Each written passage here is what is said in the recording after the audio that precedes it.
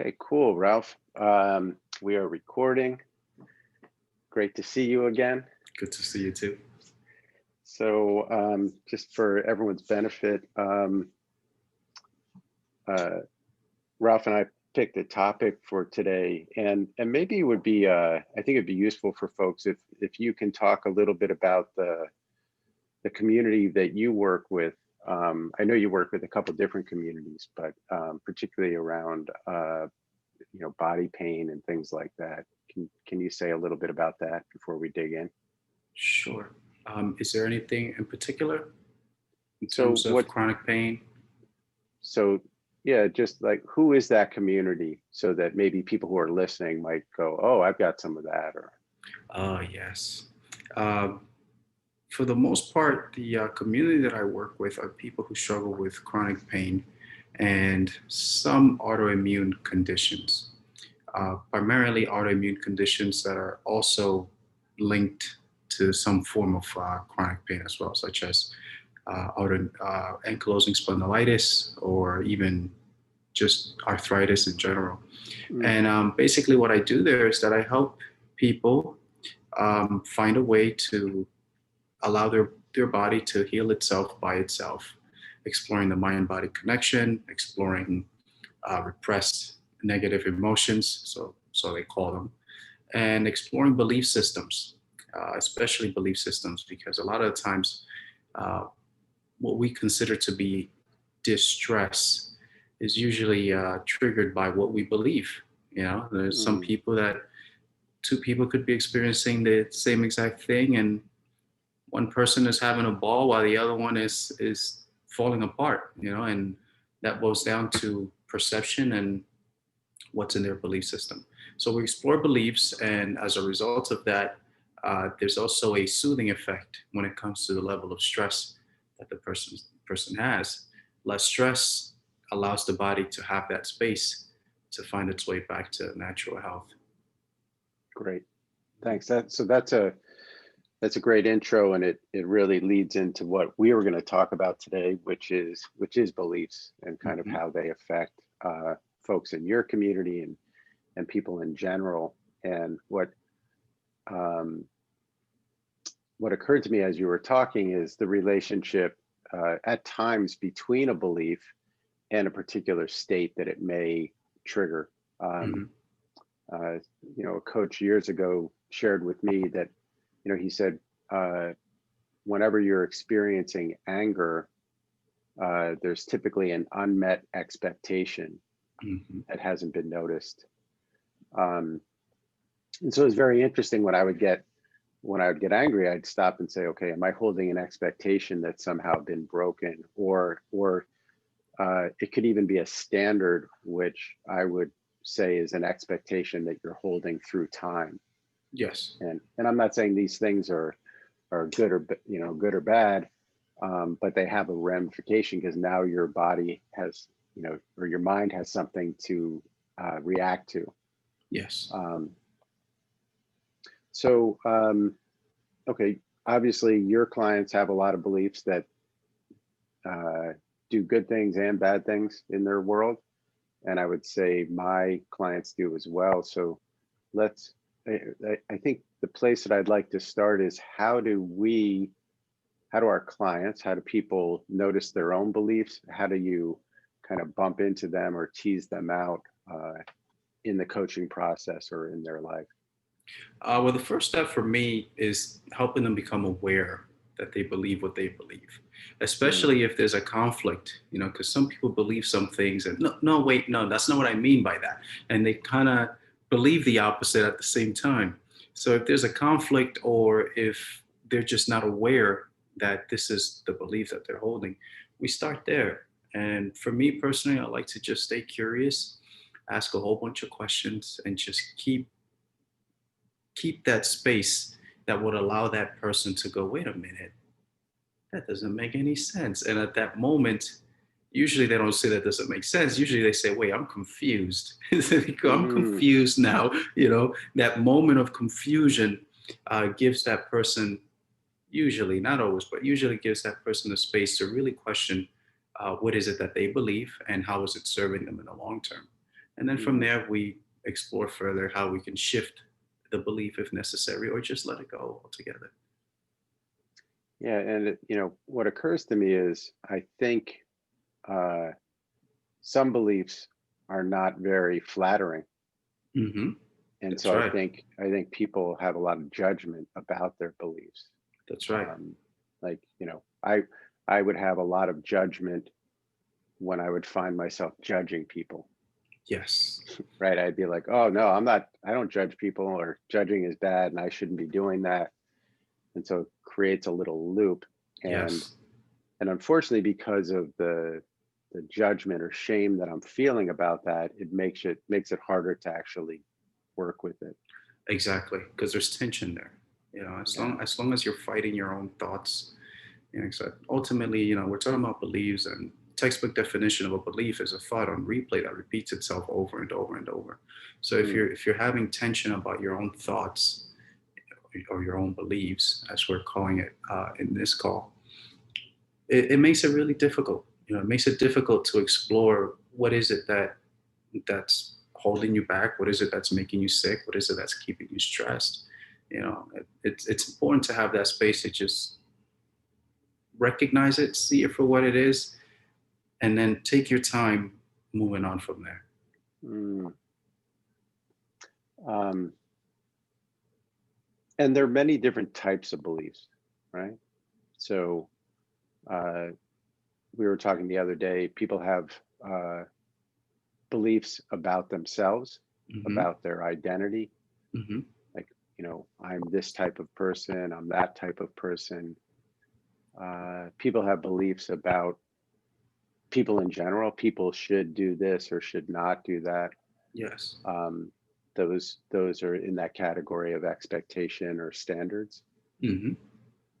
Uh, People have beliefs about their capabilities, That's what right. they're good at, what they're not good at, and about relationships. Um, People definitely have beliefs around money. Yes, that one is very common. Yeah, That's a very yeah, common one. yeah. What are some beliefs that you've noticed come up somewhat consistently in your work? I would say that there there are often beliefs about self-esteem.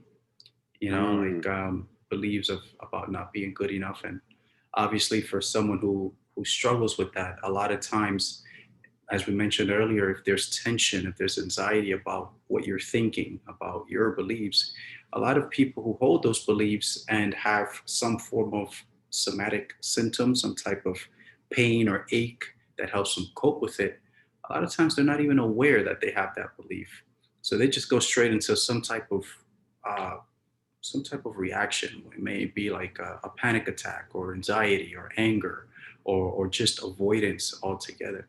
So to explain it as best as I can, once the fear of the belief has been dealt with, or at least observed, at least acknowledged, where you can say, okay, there's a part of me that believes that I'm not good enough. That will be one of the beliefs that is very common. Belief that is you're not good enough, belief that you're unlovable, mm, belief that everyone's judging you, everyone's thinking something negatively of you, beliefs that you're not enlightened enough, which ironically is one as well, that you're not good enough, that you're an evil person, that you're selfish, and so on and so on. So these are some of the common beliefs. And as you could imagine, when a person has all these beliefs bombarding them every moment of their day, there are some physical experiences such as tension in the body, stiffness, physical pain, and one that's very common that a lot of people seem to miss is fatigue, low energy, just tired, mm, exhausted from constantly having to fight what's going on in your head. And then that mm, goes on into something that's even more terrifying than the beliefs themselves, which is your behavior. So the beliefs are there, you're battling the beliefs, you're struggling with your emotions, your thoughts, and all that stuff. And then ultimately, it affects how you behave. So if you spend most of your day fighting yourself, you feel exhausted at the end of the day, you go home, you eat something that you know you're not supposed to be eating, then it affects your health in a certain way. It affects your physical appearance, which Mhm. then later on, if the belief that you're not good enough latches itself to your physical image, or how you see yourself, then that reinforces the worry that you're not good enough, that you're not beautiful enough, that you don't look good enough. And then that leads to even more self-esteem struggles, which then leads to more of the fighting with the beliefs, which So then leads to more it's of a the vicious behavior. cycle. It Yeah. never ends. Yeah. Yeah. And one thing that's interesting, so there's the term self-esteem, Mhm, um, which you could think about, how does somebody feel about themselves? mhm, Many of the things that you just mentioned, um, well, I'll put it this way. It's interesting. Some people have uh,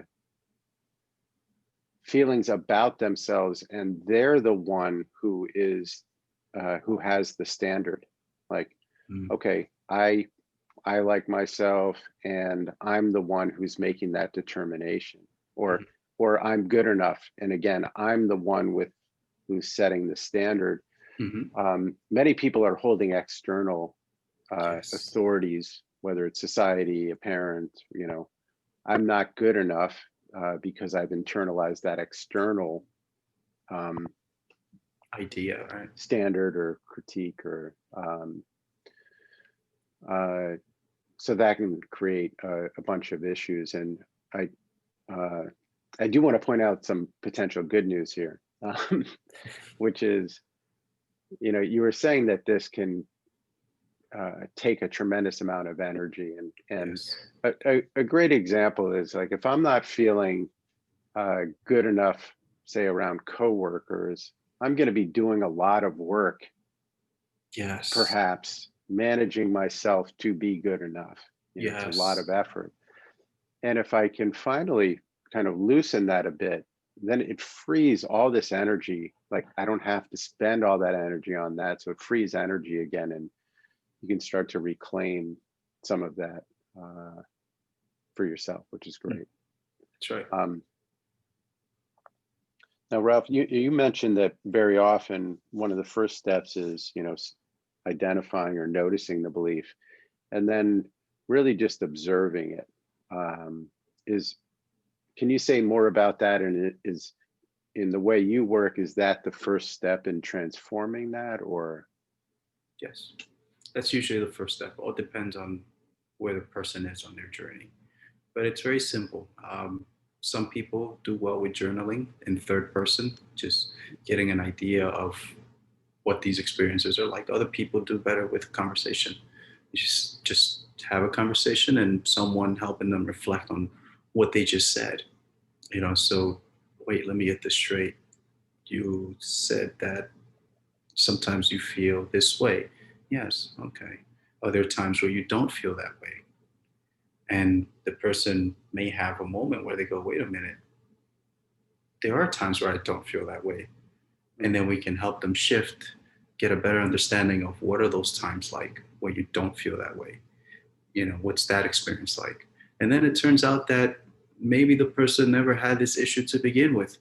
Maybe it was more of a habit of getting overly worked up with the experiences where they don't feel confident, or they don't feel good enough. And it's almost like those good enough moments just kind of just pass by them. They don't even notice it. It just flies right by them. But then when they have those moments where they feel challenged, it's almost like an explosion. Like, oh my God, I'm never going to be good enough, et cetera, et cetera. And we explore that. What's that experience like? How can we make the experience of not good enough a little more acceptable, a little more tolerable? And from that Mhm. moment, once the anxiety is dealt with, which is the explosion, once that explosion is no longer a thing, it's no longer terrifying as it is for some people, then we can work on finding a balance between those two experiences. So it's Mm. not when we personally, for me, when we talk about um, limiting beliefs or negative beliefs or even negative emotions, it's not about getting rid of that experience completely. It's Mhm. it's more about bringing it to center, bringing it to the point where you can comfortably say, wow, I don't feel good enough for giving a speech on Wednesday. and you're able to stay present with those emotions and allow them to pass. And before you know it, there you are giving your speech like a champion. Mm. You know? Yeah, I think that's a really key issue and a great way to work with beliefs. You're reminding me, I used to use the term belief balancing, Yes. because again, it's not about switching from I'm not good enough to I'm more than enough. Or, it's not about, a lot of times people, when they think about changing a belief, they're trying to switch to the opposite. Yes. And structurally, that's problematic. Mhm.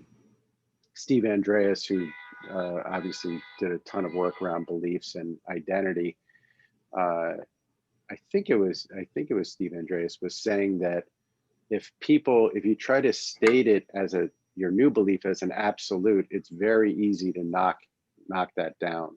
Like if you Yes. say like, I'm great at this, and you have one counterexample, it'll blow up that new belief. Yes. But if you say I'm getting better, or I'm good sometimes, Yes. then it's something you can actually work with. Yes. I love sometimes. Sometimes is my favorite word. Yes, sometimes I Sometimes it's feel that way. powerful, right? Sometimes it's yes. Sometimes it's always powerful, ironically. Yeah, yeah, yeah. Um, Shoot, there was something else. Let me slow down here for a second. Oh,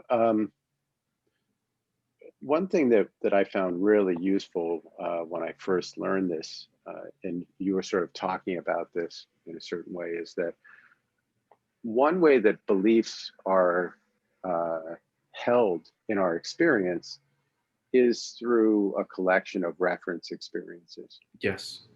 So, it's like we all have all these experiences, but either we'll group together a bunch of experiences of a certain type, and that becomes a belief, or it could be even one experience of a particular intensity. So let's say somebody's embarrassed because they did bad on a project in school, that can develop a whole belief just because of the intensity of the emotion at the time. Yes. And like you were saying, all these counterexamples will just sort of bounce off that, and it's like, no, I'm not good at this, and all of this other evidence doesn't work to contradict that. Yes. So if you can shift that to I'm not good enough some of the time, and some of the time I'm very good enough, Yes. then all those different experiences can start to balance out, and a new belief can take hold. Exactly. Exactly. So I like that question that you asked, like, oh, is it always this way? Or, has there been a time when the opposite or something else was present? That's right. Cool. Let's see. And what other situations come up in terms of beliefs with the people that you work with?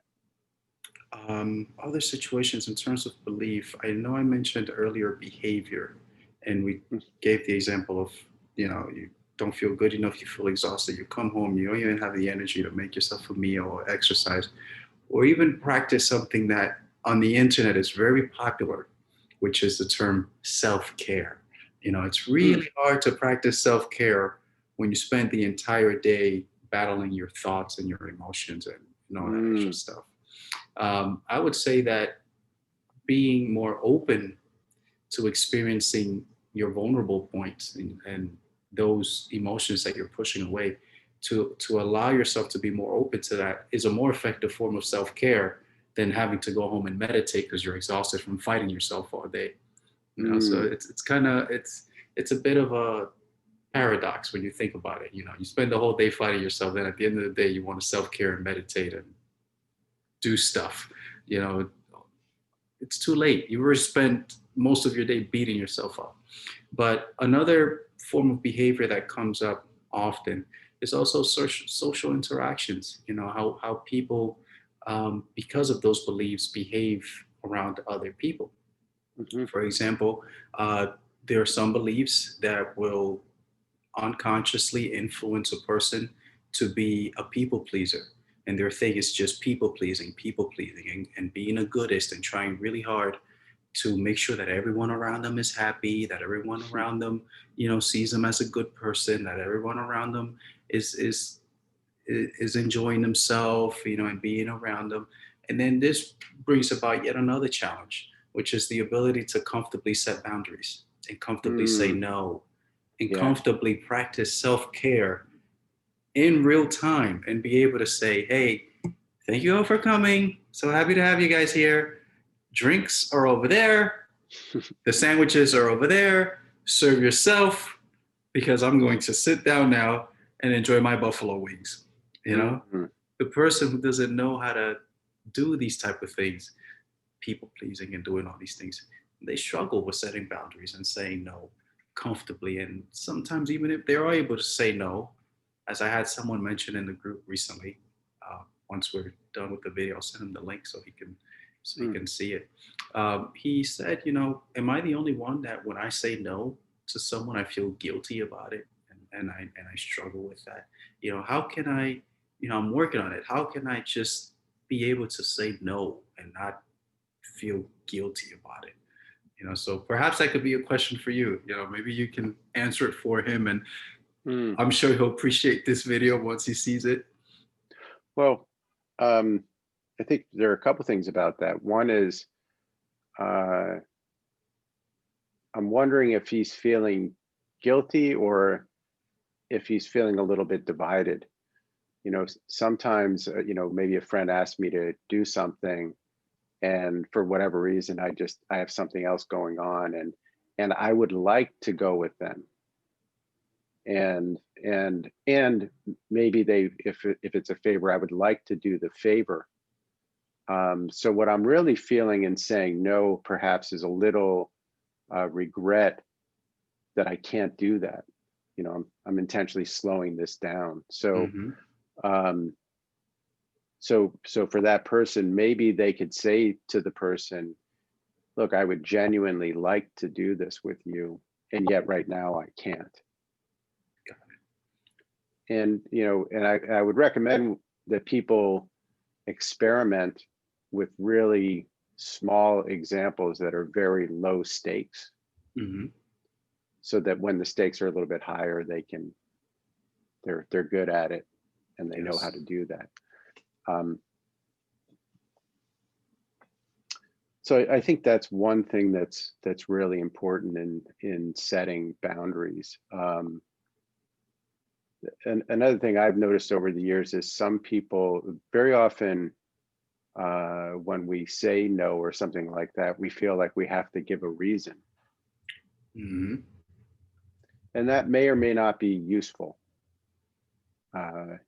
Sometimes it's more of a justification, and it's like you're not really acknowledging that maybe you want to do something else, perhaps. Sure. So I think that's something to explore. I like that. Steve. I'm just looking at my notes here to make sure we didn't miss anything. One way that I was thinking about how people notice their beliefs.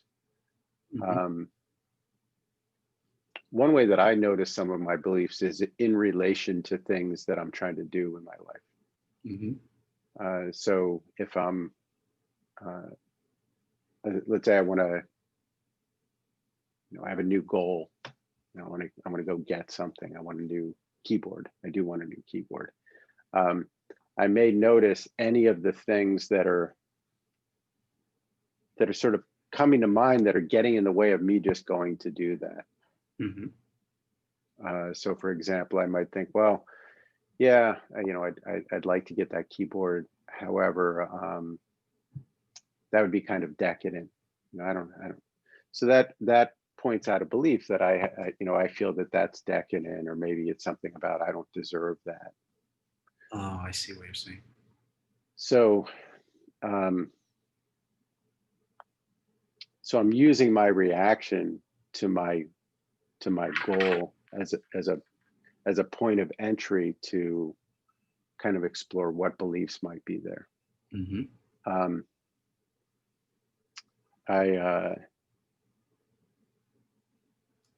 I was teaching a class and somebody said like, well, I'd like to get another job, but you know, I hate applying for jobs. So that's a belief. And then they also said, and you know, applying for a job is just a ton of work. That's another belief. That's another belief. Yeah. So it's interesting. They're everywhere. Yes. So I find it really useful to sort of spend, you know, working on something like this by yourself. I find taking quiet time with a journal is really useful to just sort of journal about how you feel about an area of your life or how you feel in relation to something that you're pursuing or that you'd like to experience, and begin to notice, okay, which things am I taking as givens? Because very often what you're taking as a given about the situation or about the world, those are your beliefs, and those are, you know, points of entry for something that you could potentially massage or balance or loosen, and hopefully get a little more breathing room in your experience. So, one other thing, and then I think we should stop for now. The other thing I wanted to point out was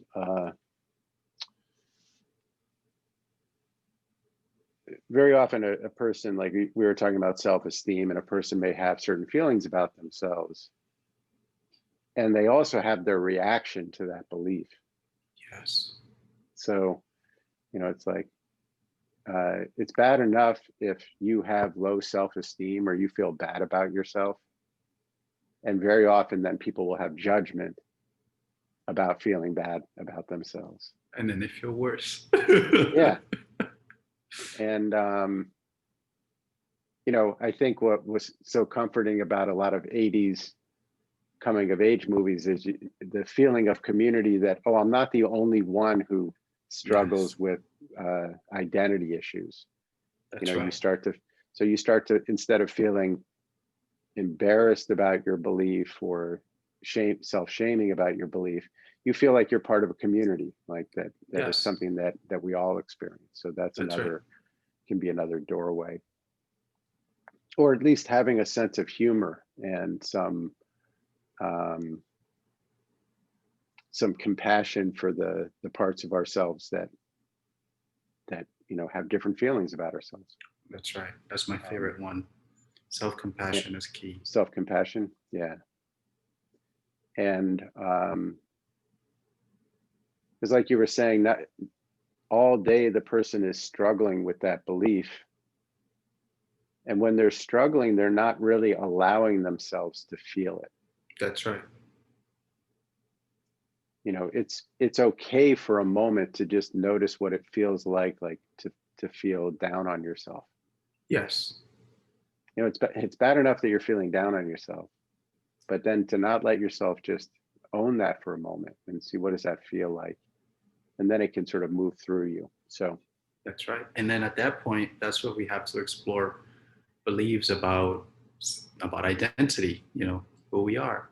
If we identify as in my community, it's very common for chronic pain sufferers to identify with this idea of being self-independent, you know, self-sufficient. It's all about the Lone Ranger, you know. It's like this.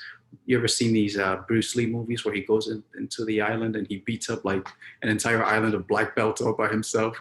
You know, that's very common with people who struggle with chronic pain, and even something as simple as reaching out to someone like yourself could be a challenge sometimes, because there's a very common belief that they have to be the top dog all the time. They have to be up there. So anything that feels or is perceived as a notch lower than being the top dog, you know, if at any point there's a feeling that you're not Bruce Lee, that can trigger a lot of that anxiety, you know. And it's important for people who are still there and having those experiences to just take a moment and reflect on, are my beliefs about self-identity keeping me from even starting the process or the journey of accepting my other feelings, you know, Mm, and what's important to me, you know, what is it that I really want, especially when the idea of healing from a chronic disease is in the picture. mm, Because some people will go in there, you know, with the idea, okay, all I have to do is read this book or watch these videos or listen to this podcast, and whoop, I'm ready to go in that island and prove to the doctors, you know, and prove to the world that I can beat the odds and I can make it and I can heal. mm. And that backfires. You know, that backfires. Usually the one who goes, oh, that's what that is. Dang. No, I'm not Bruce Lee. And if that Mm, requires you to cry, you know, let mm, those tears out, let that energy flow, let those emotions flow. And at one point you realize, you know, I'm actually glad that I'm not Bruce Lee. You know, he's got a lot on his plate right now, you know. And then before you know it, those emotions move. And there you are side by side on the same level as Bruce Lee, feeling great and happy and confident about life mm. and everything around you. But we have to have that space where we can say, all right, Bruce, you're on your own. I need a break. You know, it's like, I need a break. You know, I'm down and out. Someone just caught me with a kick to the head. I need to, you know. Yeah, and that admitting the vulnerability doesn't mean that you're not Bruce Lee. Exactly. It just means you're having this experience in this moment, and Yes. that's fine, right? Yes. Yes. You've been scratched across the chest. Right. Give yourself a moment. You'll be back. Oh my gosh. Oh my gosh.